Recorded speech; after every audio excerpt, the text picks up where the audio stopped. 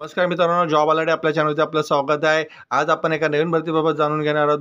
जिल्हा न्यायालयामध्ये भरतीसाठी एक नवीन जाहिरात प्रसिद्ध झालेली आहे. भरतीबाबत आपण सविस्तर जाणून घेऊया. त्या अगोदर तुम्ही चॅनलवरती नवीन असाल तर चॅनलला सबस्क्राईब करा. The advertisement high court of at Bombay Nagpur bench Nagpur खंडपीठामध्ये भरती केली जाणार आहे. The registry of the high court of at Bombay Nagpur bench is granted permission to prepare the select list 45 candidate. निवड यादी 45 जागेसाठी असणार आहे and wait list of the 11 candidate आणि प्रतीक्षा यादी 11 कॅन्डिडेटसाठी असणार आहे. म्हणजे टोटल एकूण 56 जागेसाठी भरती केली जाणार आहे for the post of clerk ह्या पदासाठी भरती केली जाणार आहे. आता तुम्ही ॲप्लिकेशन कधी चालू झालेलं आहे तर इथे तुम्हाला पे स्केल किती मिळू शकतो आणि कोण एलिजिबल आहे. Therefore by this advertisement the applications are invited online from the aspirant candidate domicile of महाराष्ट्राचे रहिवासीच विद्यार्थी किंवा उमेदवार इथे अप्लाय करू शकतात एकूण 56 जागेसाठी. त्याचबरोबर तुम्हाला इथे पे स्केल किती मिळू शकतो. द पे मॅट्रिक्स S10चा असणार आहे.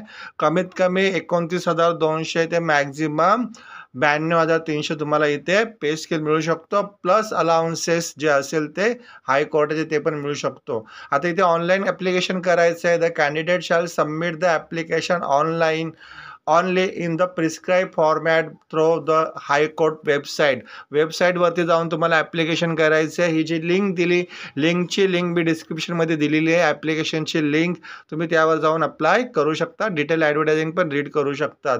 bombay.highcourt.nic.in ही वेबसाईट असणार आहे. ॲप्लिकेशन 13 मेपासून चालू झालेलं आहे तर शेवटची तारीख असणार आहे 27 मेपर्यंत तुम्ही ते अप्लाय करू शकता. आता हे जे पद आहे यासाठी काय शैक्षणिक पात्रता आहे.